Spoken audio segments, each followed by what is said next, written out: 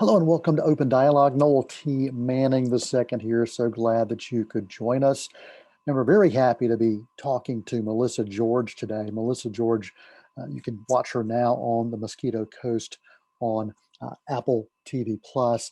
But what a career she's had. She's worked with the likes of Soderbergh and David Lynch, and she's even been on TV like Friends and Grey's Anatomy and much more. So today we're going to spend some time talking to Melissa George really about her work on the Mosquito Coast and what drives her and what brought her back after a brief hiatus from the world of entertainment. Melissa George, how are you? Thanks so much for joining us right here on Open Dialogue. Hi, thank you for having me.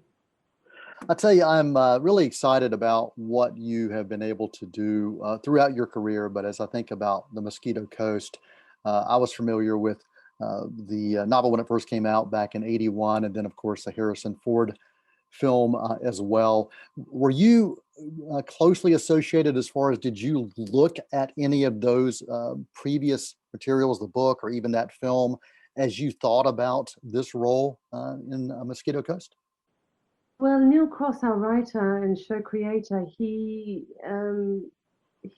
expressed to me that the role of Margot is vastly different to the film and the book, purely because she's not called Mother, and she's sort of an equal protagonist to Justin's character. So I didn't watch the film, and I must have missed that part of my childhood in Australia. So I didn't see it, and I haven't read the book either because I was trying to create something unique, make Yeah. Margot my own, because I knew that it was so different to the source material. One day I am going to read it. I am going to watch the movie for sure when I'm not reading books to my sons. But yeah, it was an interesting thing to just take on a role and just create her as I felt. And, you know, most actors know that in the casting process, half the job is already done. So if you've got the role because of the work you put into the original presentation of how you want to play Margot, then you know you're halfway there. So I just continued on that trajectory into the first season really. And Helen Mirren, I mean, she's such a brilliant actress. How could I try and outdo her? Or so there you go. I did my own thing. And what a wonderful thing you have done. I tell you, the story itself really does lend itself to an episodic journey. And I think that's the beautiful thing about what you've been able to do. And character chemistry really does need to come through and come through strong. And it does as well here. Talk about your work with the other cast and that relationship.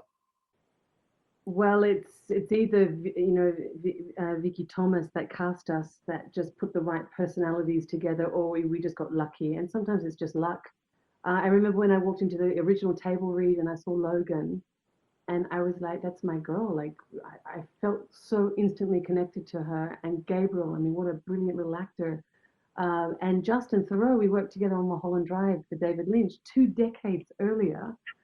So imagine I'm a baby singing in Mulholland Drive, and Justin's the director in the film, and he says, "This is the girl." And 20 years later, we're married on the Mosquito Coast. So there's instant connection and chemistry right there. You can't even you couldn't even buy that. It's like it's a miracle. Absolutely. And you mentioned Mulholland Drive, and I think back with your work on with Soderbergh, I followed you throughout your career here in the U.S. as well, in the BBC. Alias was the first time that I really was drawn to your work, and after that, I just continued to follow it. And of course, there are some other TV series and shows that you've been on, and films.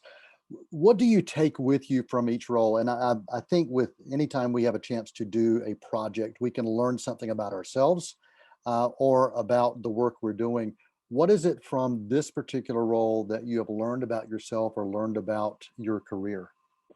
Well, look, I took a huge break from work to raise my two little boys in France. So I took 4 years off, and Mosquito Coast was my first big job back. And what I really took from that is, you know, confidence, really. It infused confidence back into why I'm an actress in the first place and why I love what I do. And when you become a mother, sometimes it's the great, I mean, it is the greatest job in the world that you can't really imagine doing anything else. So you do forget that part of yourself. And when my kids gave me the blessing to go back to work to do Mosquito Coast, I realized that that's why I do what I do. I love getting to set and seeing everything ready. It's just like, the gorgeous sets, the costumes, the dialogue, the direction, the lights, and it's I mean, we don't often get the roles we want, but in my career, there's been some magical moments where it's been a big tough competition, and sometimes you get the part, which it was a bit of a tough one to get in Mosquito Coast, that was for sure.